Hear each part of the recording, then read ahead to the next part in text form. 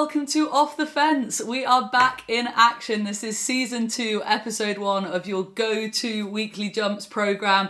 It's a must-watch week in, week out from right now until all the way through to the spring festivals. Each week we'll be bringing you everything you need to know about the jump season. Bit of a look back, bit of a look ahead, all the talking points. This is the place to be. And I will of course be joined by my regular guests who I will get to in a minute. But before I do that, don't forget, everyone watching, please hit subscribe to the At The Races YouTube channel, because if you do that, then you won't miss a single episode. Give us a like on all the digital platforms. You kind of know the drill by now, but please do get involved, and the subscribe on YouTube is the key point here. But that's all the housekeeping out of the way. Let's get underway and introduce my regular guests, because I am joined by the legend that is Tony Keenan. How are you, Tony? I'm alright. I'm good personally. My punting is actually going terrible. I've been getting everything wrong since the start of the jump season, but hopefully now with this show getting on the road, we'll try to start getting a few things right over the next few weeks. Love that. I injected so much passion and enthusiasm to season 2, episode 1 of Off the Fence, then bang, straight in there, Tony Keenan. We can rely on you to just level us out on this show. We like that. And Barry Geraghty, how are you? How have you summered? How have you fared? I've summered well, yeah. I've let the belt out of hole, so I've had a good summer and really enjoying the good racing now that it's kicked off as a spectator. So it's still a little bit unusual, but no, I'm really enjoying it and getting into it. Yeah, you're just on the gravy train these days, Barry, just enjoying it, enjoying retirement. Right, well, look, without further ado, it has been a belting start to the jump season already. We've seen some pretty good performances all over the place. Yeah, we're kind of, in that position where we're waiting for a bit of rain, etc., etc. But the weekend just being, we saw the Betfair chase up at Haydock, and of course a Plutard annihilating the field essentially. Now Barry, it was a wow performance to watch, but as soon as she crossed the line on him, my immediate reaction was that race has just completely fallen apart. What did you make of it? Yeah, no, it was the same, but he couldn't be any more impressive than he was. He jumped brilliantly, he travelled really well, he picked up early in the straight and he quickened away and destroyed them. You can only beat what's put in front of you, and he destroyed them, but the race did fall apart. Bristol de May went Imperial Laura, he fell down the back straight. Bristol de May, he never turned up, so it did fall apart. He beat Royal Pagaille 22 lengths, but he beat him 47 lengths in the Gold Cup. So to say it's an improvement on his Gold Cup run, you couldn't say, but he couldn't have won any easier. Does he deserve to go into favouritism for the Gold Cup? It's hard to say, but you couldn't fault the performance on the day. Just from a riding point of view, I've rarely heard Rachel sort of say what she said afterwards, just in terms of her actual enjoyment of the ride, just being able to really go out and enjoy a race like that. Is that a pretty rare experience where sort of you're meeting every fence right, you're in a perfect rhythm? Even from a viewing perspective, it looked pretty ideal, but how often does that happen when you're actually riding as a jockey? Not very often. You're in a Gold Cup standard race and you win it. It's probably the easiest Grade 1 winner she's ever ridden. So when you're travelling that easy through a race, you're going to jump really well. You find everything just happens easy for you. Jump and travel, and it's a practice round is all it is. So, and that's all it was for him. He annihilated the opposition. And Tony, from your point of view, of course, the Plutard now tops the betting in the Gold Cup, followed by last year's winner Manella Indo. Envoy Allen's next. We don't know where he's going to go this season. Chantry House is in there, Albion Photo, etc., etc. When you're looking at the Gold Cup picture as a whole right now, Tony, what are you thinking about this current class? I'm looking back at last year's form, or last season's form, this year's Gold Cup, and I'm thinking it might have been the best Gold Cup run since the Cowder generation. I think the form of it looks really white hot at this stage. Obviously, a Plutard's come out and did what he did at the weekend. I think the handicappers him up to 174 off the back of that. Albion Photo went to Punchestown, give an absolute peak Clan Obo race. Frodon has come out and won twice since. So I'm looking at that form, and the winner I think might be the way into it in the short term. In the King George, I think Manella Indo's a bet in the King George off the back of this piece of form, and also the fact that a Plutard now has shown as well being nothing's gone wrong. He has to go to Leopardstown and have to find another race for Manella Indo, which King George has been on the cards for a while. Manella Indo beat a Plutard quite nicely, I thought, in Cheltenham, and his price for Campton there, I think he's top price 7-1 for 5 or 6-1 general. It kind of reflects the view that he's just a Cheltenham horse. I don't really know that we've the evidence of that just yet. He's shown plenty of form at other places, novice hurdler, novice chaser, Punchestown as novice hurdler in particular. I thought in Downryle it looked like he needed the run in a big way. That would be his profile all along throughout his career. I'm hoping he's going to come on from that. I expect him to reverse form with Frodon, and it leaves him, I suppose, with Clandazobo as the one at the front of the market to beat. But Clandazobo's always been a horse to me that's needed a run. I know Paul Nicholls is saying he's aiming at this race specifically, but he tried to do that with the Betfair Chase last year and it didn't work. I thought it actually set him back. So I wonder, is he actually just working back from entry in Punchestown? He's possibly going to need the outing. You've Chancery House there's kind of around the same price. He'd have at least a stone to find with Manel Indo. So yeah, I definitely think he's overpriced for the King George. Whatever, the Gold Cup overall wouldn't be on my mind as betting race at the minute, but definitely he's a bet to me. Like it, bang, Tony Keenan straight in there with a bet for the King George, Manella Indo in the Gold Cup. Barry, let's stay with Henry de Bromhead, as we will be doing for most of the season, judging by his stable at the moment. But let's move on to Bob Olinger, of course, making his Chase debut at the weekend. There's been a lot of debate actually over this Chase debut, long awaited Chase debut. What was your view on the race as a whole, his jumping technique, the way he travelled? Give us your view on this. I thought he jumped and travelled brilliantly throughout, all the way, and Ashdale Bob came up on his inside on the downhill run into the straight, and that's the point in Goran that can cause a problem because horses get lit up and start racing. So you freewheel downhill into the straight, swing into the third last, and it's the fastest fence on the track, and you're running at it hard. Horses can, with that speed, can over jump and knuckle, and you saw Ashdale Bob lose Sean O'Keefe at the third last. Bob Olinger gave a little nod and landing, which wouldn't be unusual at that fence. He went down and took the second last really well. And then the last fence, you could say he just didn't concentrate brilliantly going to it. But the last fence in Goran is overlooked by the stand. The stand is actually on the takeoff side. So it's not at the back of the fence, it's on the takeoff. So horses do just look around. And especially he's been on it on front since the third last. It's his first run of the season. Horses can just struggle with concentration, so it's not unusual for a horse to miss the last fence or the last hurdle. If you saw the horse of Willie Mullins' getaway horse who missed the last and got beaten in the maiden hurdle, similar thing, just took his eye off it and it was a similar mistake. He just left his hind end in it. So it's not unusual for a horse to make those mistakes in Goran, and Goran is a tricky track, so he'll have learned a lot from that. But I'd have no issues at all with his jumping. I thought he was brilliant on the whole, except apart from that last.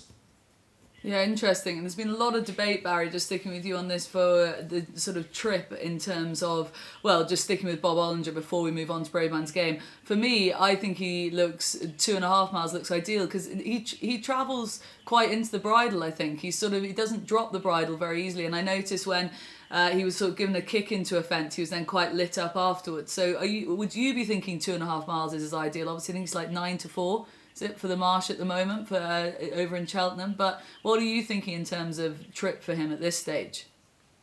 I think he's versatile. But he proved last year 2.5 was ideal from him. He won the 2.5 mile Grade 1 in Naas in January. He obviously followed up in the Ballymore. He started 2.5 mile. You'd imagine that's the route they're going to go with him. But I wouldn't see any problem with him stepping up and tripping time. He's a horse with lots of class.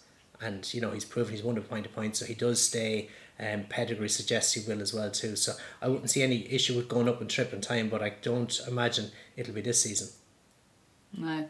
Tony, what did you make of Bob Olinger? Were you much as a fan of Barry is? I'd echo what Barry's saying about the third last at Gore, and Jesus Christ, if you're holding on to a docket and your horse is going well there, you're holding like a set of rosary beads. Like, it's just so bloody anxiety inducing. I feel like I've had so many horses fall there and make mistakes.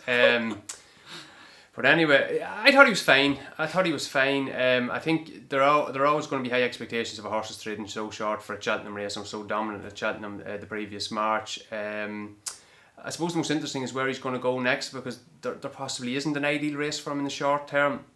Are they going to try 2 miles at Leopardstown at Christmas? I think that would be a challenge now that maybe they won't want to take. I wouldn't like to be taking on something like Riviere de Tel, given that one chunks away in December. That's just going to be tough. Limerick for the race in the same day, don't know if they really want to go there. It's probably going to be bottomless ground. There's a kind of a soft race there in Naas in early January on the same day as he won last year, a 2 mile race. because I suppose the race that they're obviously looking at is the Dublin Racing Festival, the 2.5 mile race, but the break just between it isn't ideal. I'm not just sure what exactly they're going to do. I didn't read anything in the aftermath saying that they had a specific target in mind. I would be inclined to keep him at 2.5. I think his jump was pretty good, but there were 1 or 2 little errors in there, and if you had something at 2 miles and it was really putting him under pressure, like a Riviere de Tel, I think it'd be tough for him. Yeah, indeed, but it's a nice problem to have, isn't it? Classy enough to go up or down in trip, but it'll be very interesting, Bob Olinger. And of course, Barry, the horse that he went past at Cheltenham like he was stood still in that novice hurdle race was Bravemansgame, who has since come out and now is 2 from 2 over fences. And I don't think in terms of his sort of jumping style, you could have been more impressed with that Haydock performance on Saturday.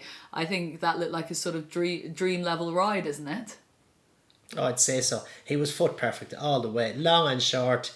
And he was so, even at times when Harry sat really quiet to let him in and pop, he went in and he could have come up early out of Harry's hands on an early stride, but he never did. They were always in agreement, be it long or short. He was just measured. Technique was perfect. That was the schooling session. It was beautiful to watch, and it was up against good opposition. Itchy Feet is a smart horse, so it was no mugs race. He'll have learned as much as you could learn in a race like that. So he is a top class horse, but as you mentioned earlier, he had it handed to himself on a plate with a 12 length beaten in the Ballymore. So he's a lot of ground to make up on Bob Olinger. I'd say he's a horse who will have improved for fences, but on what we saw on Saturday, you'd imagine the RSA will definitely be his route. Yeah, you see him more as a stay. Just on that note as well, in terms of his jumping technique, I mean, he's a massive horse, Bravemansgame. And then you see, obviously, he's been schooled plenty in that very tight arena down at Paul Nichols's. I mean, that's one way. And Barry, that must just be a unique but pretty sharp way to make a big horse be able to shorten up, wanging them around that little tight arena they use down there. Oh, definitely. But he's an agreeable horse. And you've seen plenty of Paul's novices over the years, get heavy falls. Denman, Cotto Star, they all, and that happens any yard. So it's not unusual. But this fella is particularly good. And as I said earlier, himself and Harry seem to be agreeing on everything, be it a long straight or a short straight. There's no complication, no confusion. They're on the one wavelength. So he's just professional. And it's rare you'll see a horse as professional as that on just their second start over fences. But will that make him any quicker? It'll make him a bit quicker. Will it make him quick enough to beat Bob Olinger? I can't say. Yeah, interesting. Tony, let's move over to Ascot and focus in on Buzz, who's obviously this sort of becoming a bit of a legend of a dual purpose horse. Obviously he had a terrific flat season, now he's moved over hurdles and he won the big hurdle race at Ascot on Saturday. Do you see him as a genuine Stayers hurdle contender? Yeah, I do actually. I've actually backed him for the Stayers hurdle. He's I think the only other bet I've had for Cheltenham was Envoy Allen for the Champion Chase that was on a bit last year. Look, he'd want to have been doing what he did now on Saturday. Like, he was well in at the weights, and some of those horses had a little bit to prove, but he did it really well. I thought he settled well, which was a little bit of a worry. Going into it, coming off the flat, I was really impressed with the Newmarket win. His 2 best runs now over hurdles have come over the 2 kind of intermediate trips, so I think there's possibly more to come with him up to 3 miles. I'm absolutely certain he's going to stay. Not at all, but he just has the potential. And do you know what? I don't really like the Irish horses in this race. The Classical Dream, like what does he run once in 2 seasons? Yeah, he was absolutely brilliant in Punchestown, but he's obviously hard to train. Flooring Porter to me seems to be getting nearly.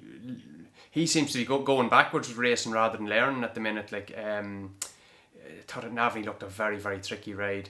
And the other thing with Flooring Porter is I think other connections of other leading horses are now very wise to what he's going to try to do. He's not going to get a soft lead. He didn't get a soft lead particularly in Cheltenham last year, but he did in Leopardstown. I think he's going to get a bit more pace pressure and things like that.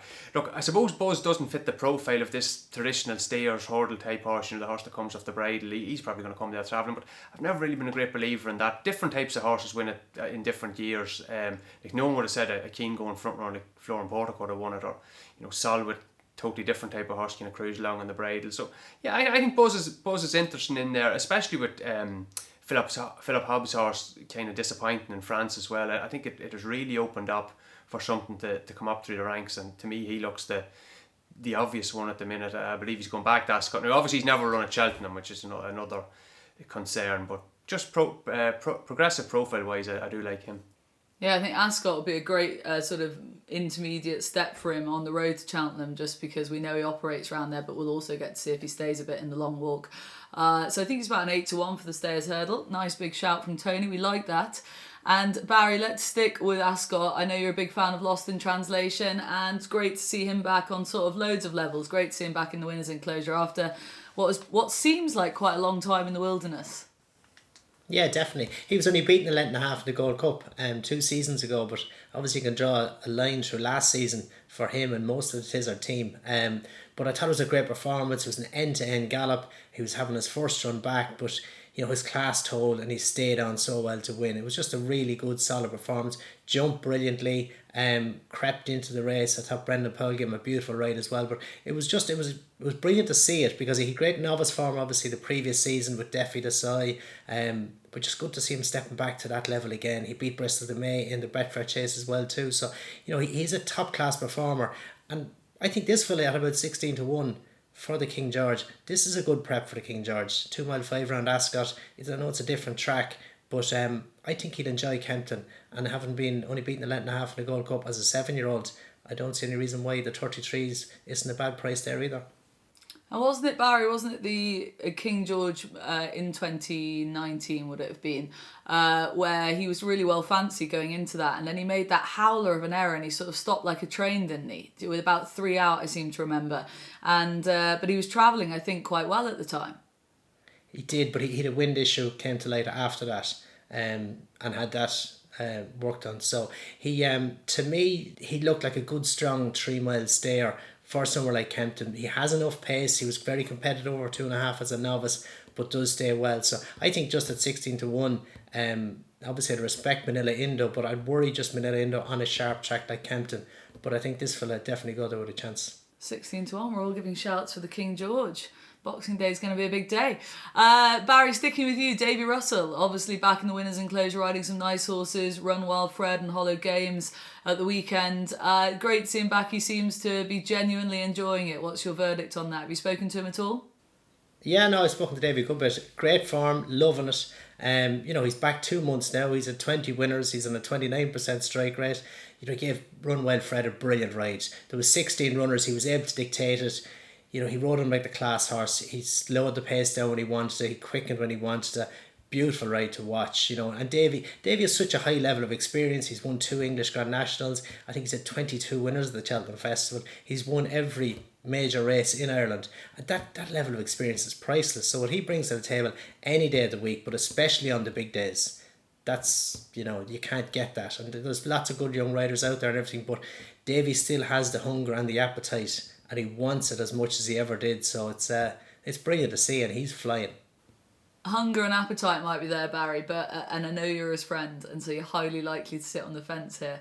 But do you genuinely think he's riding now as well as he's ever ridden? Oh, definitely. Completely. And I'm not saying that, as a pal of his, he is. And he, as I say, he's got the hunger, the appetite. That's where it comes from. He has the technique. So riding ability goes to a question. Does he want it enough was the thing. You'd wonder, after being off for 11 months with a broken neck, to come back after that takes some hunger and some appetite. So I think Davy has both of those in spades, and whether this will be his last season or he'll go again is another question. But no, he definitely wants it. We'll enjoy him being around for the time being anyway. He is a joy to watch in the saddle. And Tony, one of his winners at the weekend, of course, was Hollow Games for Gordon Elliott, and what was a pretty weak Grade 1, I think it's fair to say. What did you make of that performance and just Gordon's, that sort of squad of Gordons at the moment? Where do you think the level is at, Tony? Hollow Games to me was quite unimpressive, really. Very workmanlike. I suppose from the last of the lane that was an impressive part of it, but look, the race wouldn't have ideally suited him. I think the time was 12.5 seconds slower than the maiden hurdle over the same course and distance now, and no one is saying the maiden hurdle was a good race, so that kind of sprint type setup wouldn't be ideal for him. But I just think he seems to have, after getting a huge reputation, with maybe not an awful lot of substance to it so far, Hollow Games, like, what's the best horse he's beaten? It's probably the horse at the weekend, Joshua Brain's Lunar Display, and she actually was a little bit unlucky. Horse got caught in a pocket and had nowhere to go kind of from 3 out to 2 out, and Was finishing off, and admittedly Hollow Games was probably idling a bit. I don't know, I think Gordon Elliott's bumper team from last year, definitely the ones that kind of ran in the graded races, the Three Stripe Lives and the Chemical Energies, they're going to have to improve a lot now, I think, to win a Grade 1 novice hurdle. Now, it can happen, but they were a long way behind Kilcrit, and they were behind Sir Gerhard. Now, obviously, the story with Sir Gerhard, he originally had him, but I just wonder if he's going to have a top-class novice hurdler. Is it going to come from another source? The horse that won Up and Down Ryle, Michael Potter seems to have a big reputation. He was very impressive. Jerry Colomb was a good, quite an impressive bumper horse last year. Maybe didn't run too many high-profile races. And I was impressed with the horse that won, and that was another example of Davy Russell controlling the race from the front. He's far away the most experienced jockey now at the minute, with Paul Townend out and Jack Kennedy, but he really controlled the race in the front on San Felician at Goran on Saturday. Although he's not a novice, I don't think, for an awful lot longer, because he's won in France. But a nice progressive horse. I thought he did it well, won with plenty in hand. It's interesting because you kind of just naturally presume that Gordon Elliott's going to have a really strong squad of novice hurdlers kind of just in the back of your mind without really even thinking. You just presume that in this day and age, Barry. But would you agree with Tony's comments, re the crop but Hollow Games as well? Yeah, I don't think that race really ran to suit Hollow Games either. So, and for me, the Albert Bartlett winner, you're looking for something that stays. So you don't... A flashy horse isn't necessarily the one you want going into that. You want, for me, a dour stayer on that track, on the new course. So I think he's the right type for that race. I wouldn't have any big ideas of him between this and then, maybe the 3 mile novice at Leopardstown, but he lacks a bit of pace, but he does stay well. I think Tony might have just scratched the surface there with Mighty Potter. His work is very good, and he couldn't have won any easier in Downride. Like it a lot. Okay, well, I think that pretty much covers looking back at the weekend's action. Let's move on to one of our favourite parts of the show, boys. Offence. What have we taken offence to? I've taken offence to loads of things since we last recorded, but we won't go down that alleyway at this point. We'll stick with topical things, Tony. Venetia Williams' quote post the Betfair chase. There was something that sort of caught a few people's eyes, a few people's attention, I should say. She said of Royal Pagai's second to a Plutard, "I'm absolutely thrilled. We've won the English division. And obviously the winner is an outstanding horse, so you have to be delighted." I think the key there, Tony, is this attitude that we've won the English division. It almost sounds defeatist before we've even really got stuck into the season. Obviously, this is off the back of the Irish giving us an absolute trouncing in Cheltenham last year. And of course, that sort of theme is still continuing now. But this comment in particular, that is where some of the British trainers are thinking at the moment. It's a little disappointing, isn't it? I've thought about this a little bit, but I think she's doing a bit tongue-in-cheek here after this. I don't think she's really been serious about this, because I know if Paul Nicholls or Dan Skelton were saying this, they'd be we'd be getting their sanity checked, because they would always have ambition, even if they felt they weren't going that well. They'd always have ambition to want to just win the lot. But yeah, it is still reflective of the thing that the Irish horse have been dominant. I actually did a piece on the website last week just about, if you looked at the 2 best English finishers in all the graded races at Cheltenham last season, some of them are finishing 5th and 6th, like to be in the top 2 English horses. They've actually been really profitable to follow so far this season.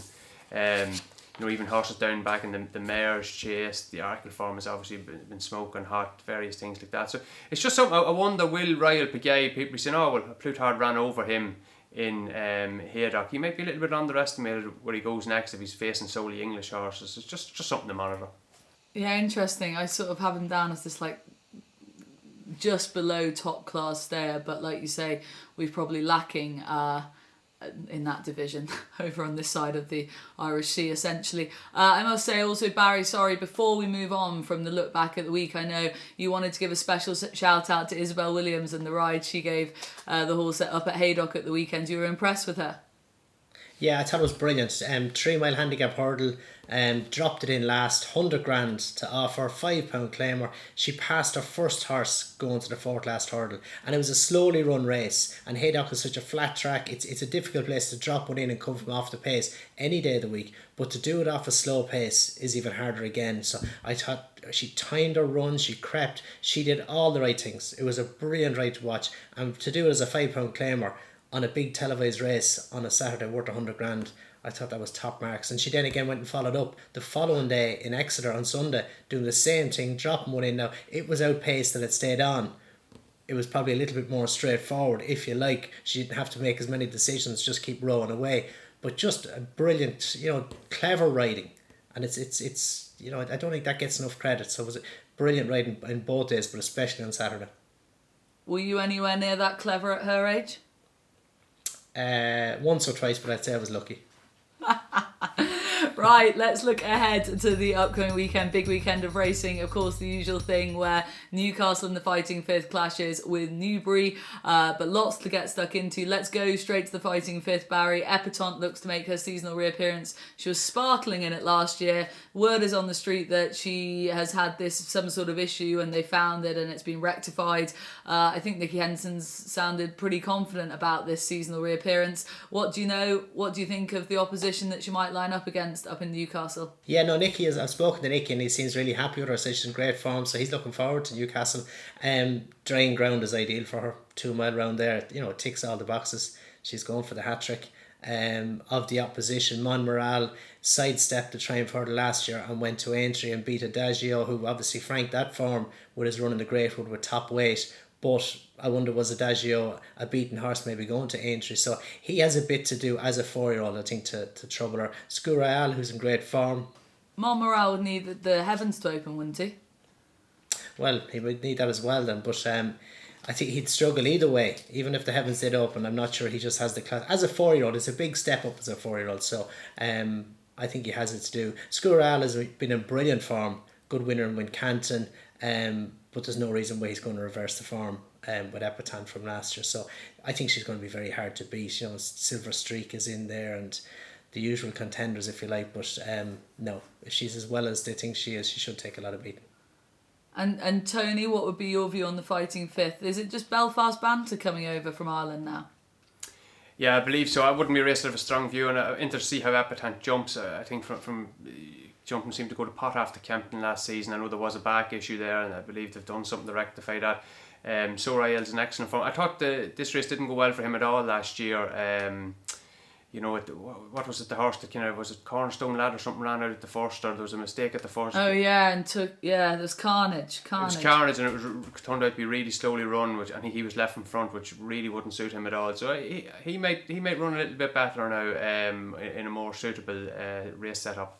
Okay, and then down to Newbury for the Ladbrokes Trophy. This could be another going the way of the Irish again with Eclat de Rire. A lot of people talking about Henry de Bromhead's horse in this. Barry, what's your view on this? Have you had a good look at it? Yeah, I thought Eclat de Rire was the one on his form with Ascaria 10, who went on to be third.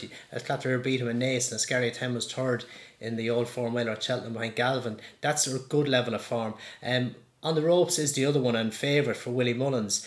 A funny horse to figure out, and I'd be interested to get Tony's view on it. So he was beaten 4 times over fences before missing some time. Then he was second to Monkfish, which was a great run, and then he missed a year, and he comes back and he wins the Munster National.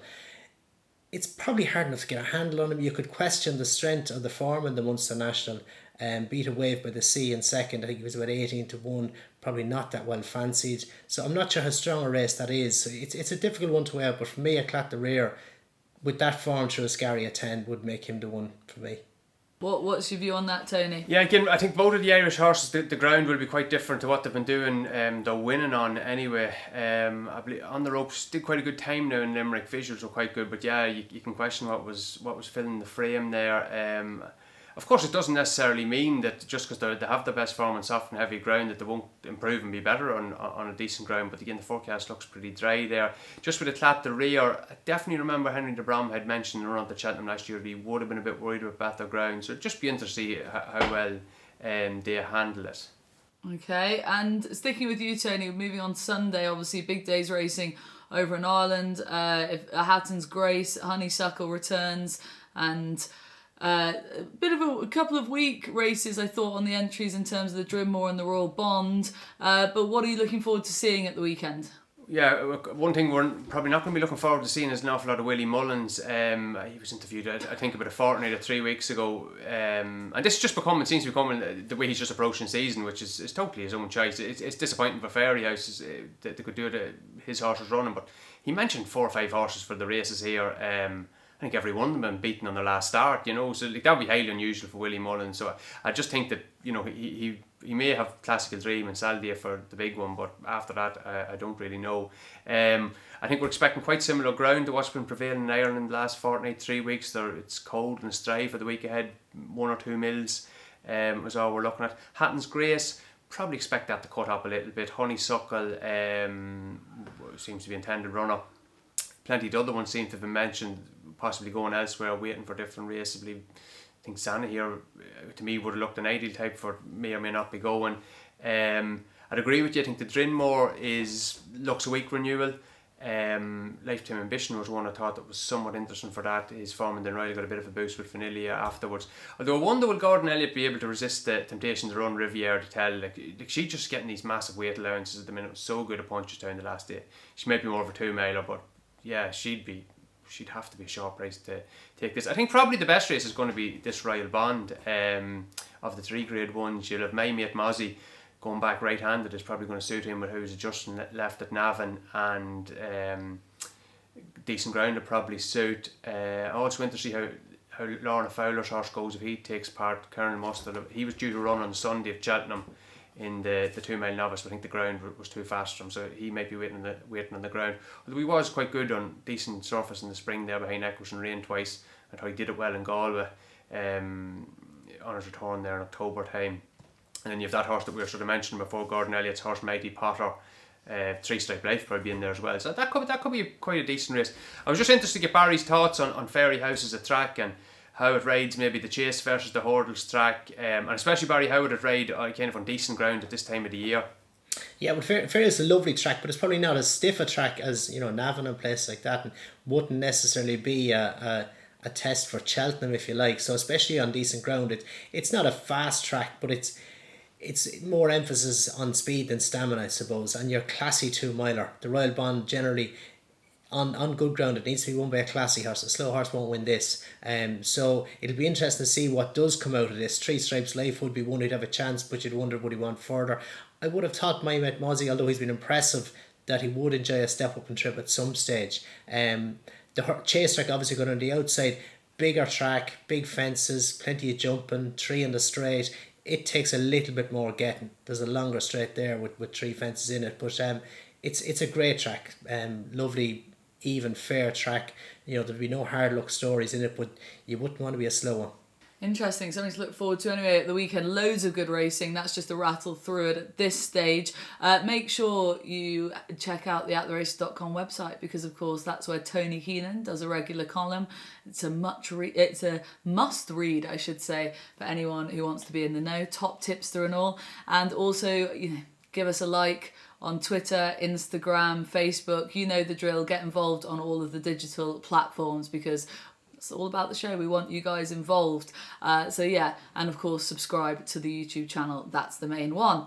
Let's move on to tracker time, where this point in the show, for anyone who is new to Off the Fence, this is where all 3 of us, myself, Barry and Tony, give you guys a horse to put in your attheraces.com tracker, and then hopefully we'll point you in the direction of a winner or 2 throughout the season.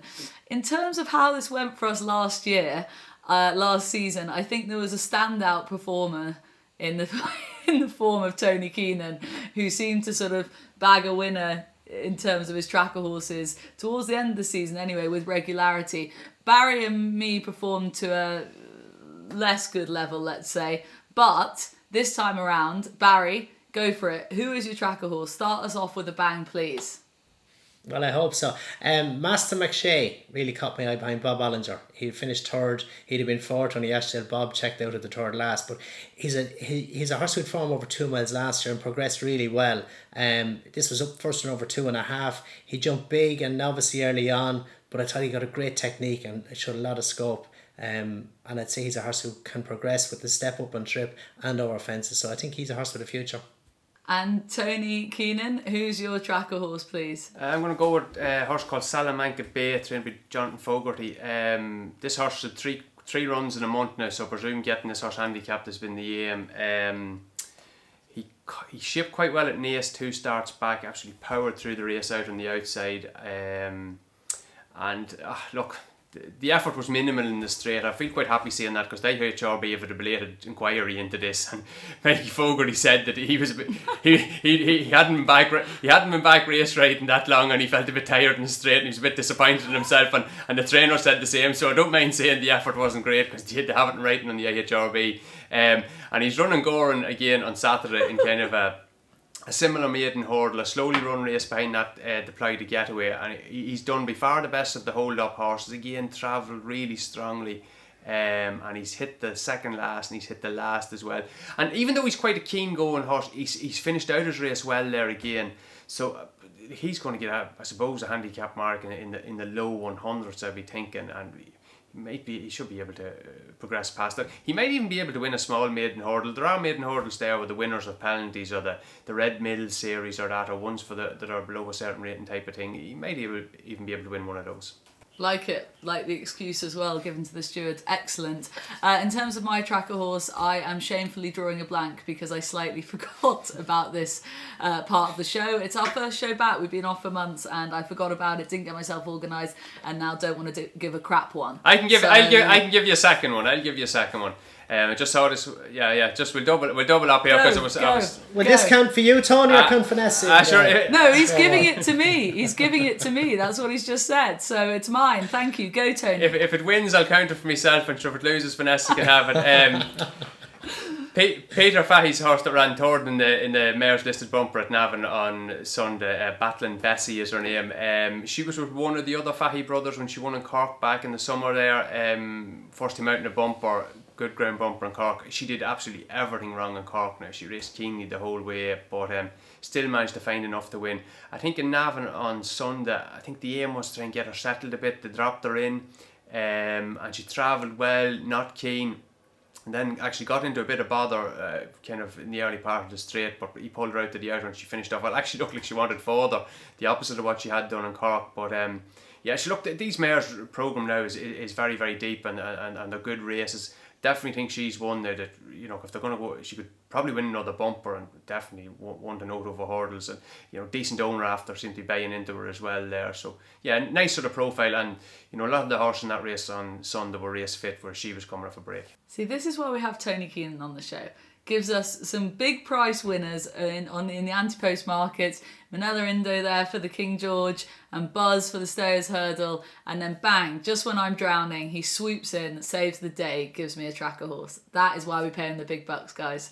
But that wraps up the show for today's season 2, episode 1. That was it. That was Off the Fence. Before you go over to all the digital platforms. At the Races Facebook page, give us a like on there, get involved on Twitter, give us a follow, and if you like the show, give it a retweet, give it a like, do whatever you want with it, and then go over to the YouTube channel and hit subscribe so you don't miss a single episode of Off the Fence. It is great to be back. Thank you very much, Barry Geraghty and Tony Keenan. See you all again next week.